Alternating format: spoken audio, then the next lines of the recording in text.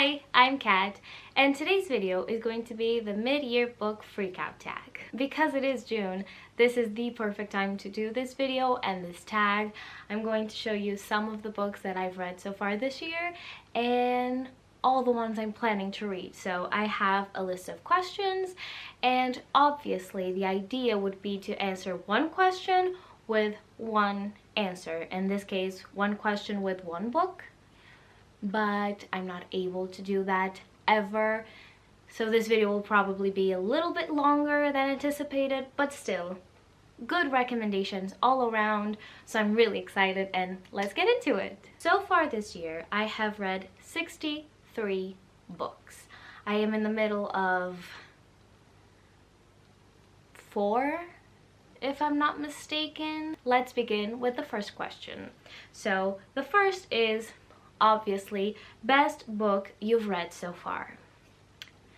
I cannot narrow this down to one book this year, at least, because I love different things about different books, so I have 4 that I'm going to talk about. So my first favorite is Lord of Shadows by Cassandra Clare. Obviously this year was the first time I actually read this book. We already know I am very late to the game, moving along, so I actually read this book for the first time this year and I loved it. I love Cassandra Clare. I love this world, these characters so much. Oh my god. Yes, so no-brainer, instant favorite. Then we have With the Fire on High by Elizabeth Acevedo.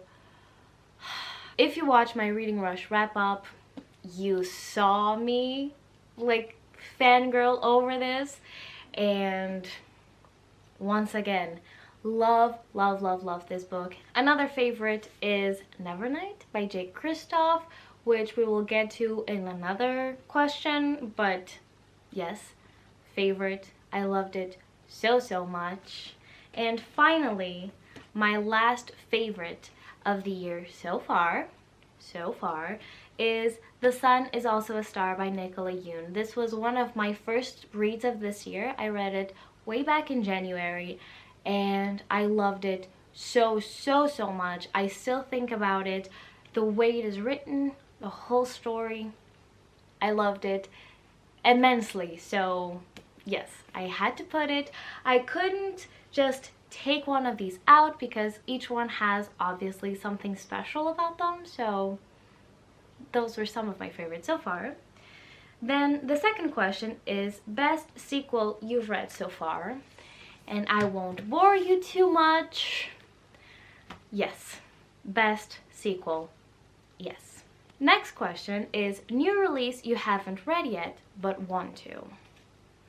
Now, this question has so many possible answers, but I will try to keep it brief. New releases will be books that came out 2020, so I will restrict myself to those because there are a ton of new releases that I still haven't read. Chain of Gold by Cassandra Clare, obviously. Another book that I'm so excited to get my hands and my eyes into is Clap When You Land by Elizabeth Acevedo. This is her newest release and I'm so excited. I cannot wait to actually read this book.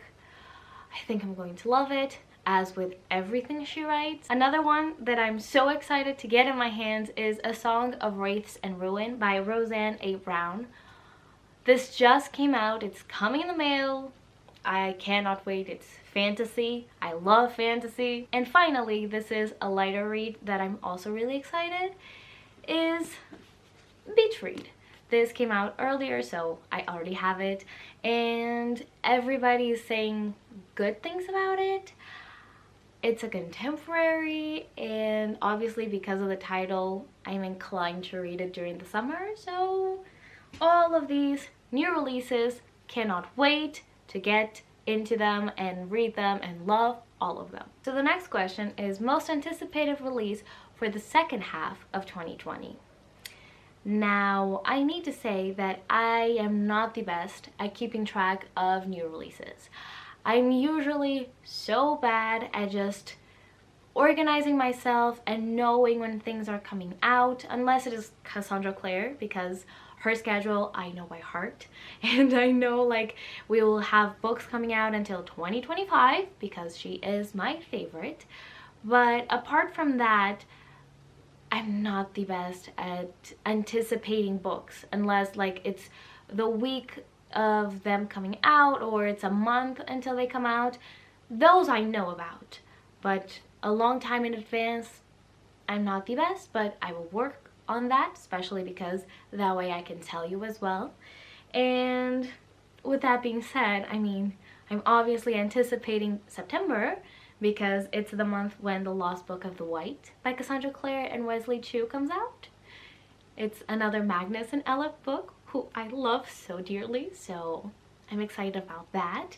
And I'm also really excited about The Invisible Life of Addie LaRue by V.E. Schwab. Everybody is talking about that book.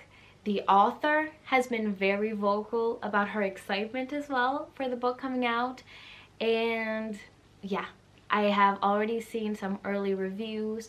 People are crying over this book. They are loving this book. So I cannot wait to be able to read it and to love it as well. I have huge expectations for this book. I am counting on it being a new favorite. So I need to calm myself down because otherwise I will only be disappointed. But I'm so excited about picking it up. And going to a not so happy question, and that is the biggest disappointment. It's not a happy thing to say, but it is necessary, and unfortunately I have two books for this question. So the first one is The Storied Life of A.J. Fikry. And I was really sad when I actually got to read this book because everybody hypes it up so much. And everybody has this thing of explaining it to be a book for book lovers and saying that it is a heartwarming story and a happy book. I don't know what book people are reading, but that was not what I got at all. It's not that I was completely confused, but I was really surprised because everybody was saying such amazing things about this book and about the story that when I actually read it, it was not at all what I was anticipating. And once again, my bad because I don't know enough about books when I jump into them, but still, I knew enough about it. And when I saw the turn that things were taking, I was not down for that. I don't want to spoil it, and don't take it personally if it is your favorite book. Nothing against you. It's just, yeah, I didn't vibe with it. I was really disappointed. And to jump on that, and please don't hate me even more for this, but I actually read The Seven Husbands of Evelyn Hugo because everybody loves it, and I don't get it. I know I'm in the minority here. I know that most people love it. It's not for me. I didn't love anything about it. The narration was okay. The writing style was also okay, nothing memorable. And the story in itself was so disappointing. I don't know what it is. Like, I hear people talking about these books so highly and so fondly. People really love them. And I get to them and it's like, I don't know what you see here, but I don't see anything. So it was really sad actually getting to this book. And I tried my hardest to give it the best possible chance. I took some time away from the hype. I gave it the possibility for me to forget a little bit, to not hear about it everywhere. And still, I was like, oh, no, I don't see the love. In fact, I have a couple of problems with some things that are happening here. So, yeah. I have no desire whatsoever to just bash on a book. Not my intention. But, yeah, not for me. But then we have the biggest surprise. And for that, let's start with Nevernight, because if there is a book that surprised me, was this one. And for a couple of reasons. Now, I had read and heard people loving on this book. I knew that it wasn't for everybody's taste. So I knew going into it that I could love it and I could just be so-so about it. But the thing that surprised me and impressed me the most was that I was into the story, but it was very, very dense. So it took me, I would say, like a week to read like 100 pages of it. It felt like trudging through like mud. It was so dense. It was so hard. Like, I would read like 5 pages and I would be so tired of reading because the writing is really, really like flowery, but it's so hard to get. It was so hard, at least for me, to get into. And then all of a sudden we got to part 2, because this is divided into parts. We got to part 2, and all of a sudden I was flying through the book. I couldn't put it down. And in the end, I loved it so much. It's one of my new favorites, and I gave it 5 stars. So what a turn, what a twist.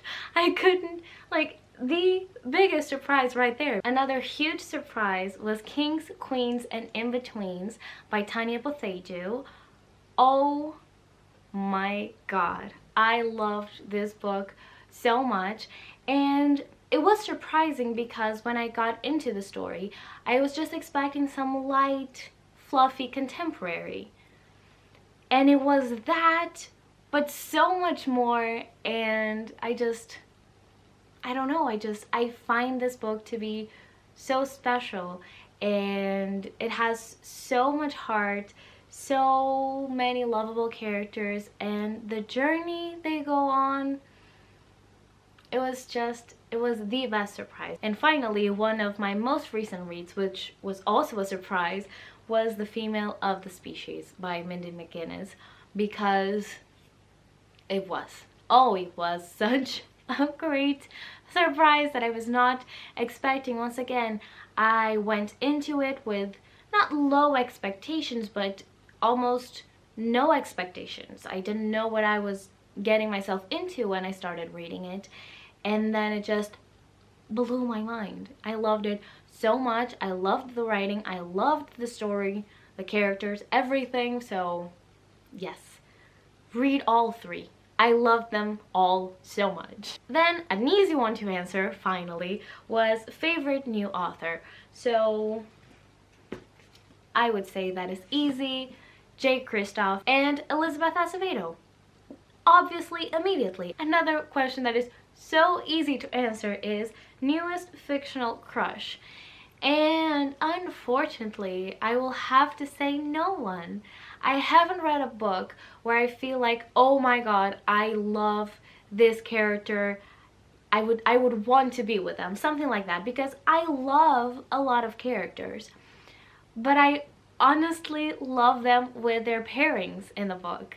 I don't want them to be with me, even if they were like imaginary real people. Like, if they were to exist in real life, I wouldn't want them to be with me. I love them with who they are in their stories and in their books. So I actually don't have a fictional character.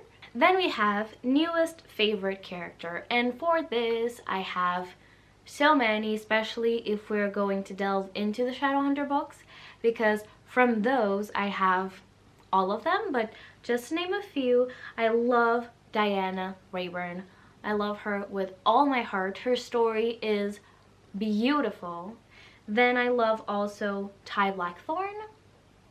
Once again, I am in love with his journey, with his character so much, and I cannot wait to see where he's going. I love Imani Santiago because she is a queen. I love her so much. And then finally, we also have Mia Corvair, who needs a little bit of love as well. And now we have books that made you cry. I reread Tales of the Shadowhunter Academy, and I cried. I cried like a baby. I cried. Also, I reread City of Heavenly Fire. Also cried there. And these books are rereads. I was expecting, because the first time I read them, I cried. Oh, I cried. And because they were rereads, I was expecting to not be as impactful. No, still cry like a baby. Clockwork Princess will cry every single time. So we have that. We have The Female of the Species. I've mentioned this before. I cried at the ending. It was very impactful and I loved it. So we have that. And finally, House of Earth and Blood. I cried. And this was one of those examples where I didn't realize I was as attached to the characters as I ended up being, because when certain things happened and I was not counting on them happening, I was like, no, but what do you mean? And then rivers of tears down my face. Yeah. So that's what we got. Now, to counterbalance that, we have books that made you happy. Well, first off, we have The Unhoneymooners. I love that book so much. It was so funny, so obviously it made me really happy. Then we have Heartstopper Volume 3, came out this year. Made me so happy. Like, I cannot imagine a time when I read these books and I just don't smile from ear to ear. I love them so much, so dearly. So, yes. And then finally, the Tea Dragon Festival, because it's so wholesome and it is so beautiful and so sweet. So, obviously made me so happy. Something unexpected happened. The battery on my camera died because I thought I had enough battery on it. Apparently I did not. So let's finish filming this on my phone. If you see the change, that's why. Next question is favorite book to movie adaptation you saw this year. And I am one of those people who always prefers to read the book first and then watch the movie. What always tends to happen though is that I will do that, but then I never get to actually watching the movie or the TV show. I don't know why. I should be excited to see the adaptation, but usually I don't. I need to change that. So the only thing I have that kind of goes with this question is You Season 2. But I haven't read the book. It's not the type of book. I don't really love mystery thrillers in terms of books. I really prefer movies or TV shows. So yeah. I loved You Season 2. Haven't read the books. Have no plan on reading the books. But I really enjoy the show. Now we have one of my favorite questions, and I will probably one day do a video all about this because I am a little vain, and that is most beautiful book you bought so far. I am a designer, so books and their covers are really important to me. So I have quite a few. I'm going to start with one that I have already mentioned, and that is Chain of Gold. I don't think, and I don't want to be mean, but I don't think Cassandra Clare gets the best covers. For what she writes such beautiful stories that I would love her to have better covers. That being said, I think this cover is stunning. It's one of the best she has, and I really, really love the color palette, and it's really whimsical, so it really takes you into the story. I love that. Then I have, obviously, Little Women. I loved this cover so much. That is the reason that I have this book. I loved it so much. I also want to read it, but like this cover though. I have Labyrinth Lost. Love this cover. I'm so glad they did a cover change because this cover is so much prettier. I love it so much. Oh, yes. Then we have this, which I bought recently. If you translate this, it means the pleasure. And it's an illustrated book. It's all illustrated and it is so beautiful. Let me see, like, it has illustrations throughout. It's so beautiful. Ugh. But I'm talking about the cover, so beautiful, beautiful cover. Super striking. Then we have Girl, Woman, Other. Beautiful cover. It's one of those that, like, it's impossible not to catch your eye. If you just see it displayed, your eye immediately goes to this cover. And then finally, we also have Nevernight, because I really enjoy this aesthetic. I think it really goes with the whole book and the whole everything. So I actually really, really love this illustration. But as we can see, that is a theme. All these books, apart from Chain of Gold, have illustrations on the cover because I love illustration. Absolutely love it. Finally, the last question is, what books do you need to read by the end of 2020? Oh boy, where do I start? The most severe case of, I don't even know what to call it, but like avoiding a book, Queen of Darkness. I need to have this book read by the end of 2020. I am not spending another year where I don't know where these characters end up. This is getting ridiculous. If you have watched my 5-star predictions, like, all of those would be ideal for me to read in 2020, by the end of 2020. And I'm hoping I'll be able to do that, so Queen of Air and Darkness was in that list. Circe was there as well. Another one on that list, Throne of Glass. Then we have, as I mentioned before, Girl, Woman, Other. I would also like to get to Little Women by the end of the year. And then I have 3 that are coming in the mail that I'm so excited. I will be reading them as soon as they get to me. And that is Conjure Women. I love this cover so much. Then we have The Black Flamingo, which everybody's reading right now and everybody has been raving about. Also, lovely cover. I love it so much. Both editions, like we have the US edition and the UK edition, both beautiful. And lastly, we have the only nonfiction. Don't know why I saved that for last, but hey. And that is Hood Feminism. I am so excited about reading this book and honestly learning. And yeah, that's our video for today. I hope you enjoyed it, especially because I'm pretty sure it's not a short one, but still you have a ton of recommendations that I would highly encourage you to pick up because they are amazing books, most of them that I talked about. So if you haven't already, check some of these out. And I'm sorry for the change of quality here. I was not expecting the camera to go out on me like that, but still, I hope it didn't bother you too much. I'm sorry. I will think ahead next time. And please tell me down below in the comments what was your favorite read of this year so far.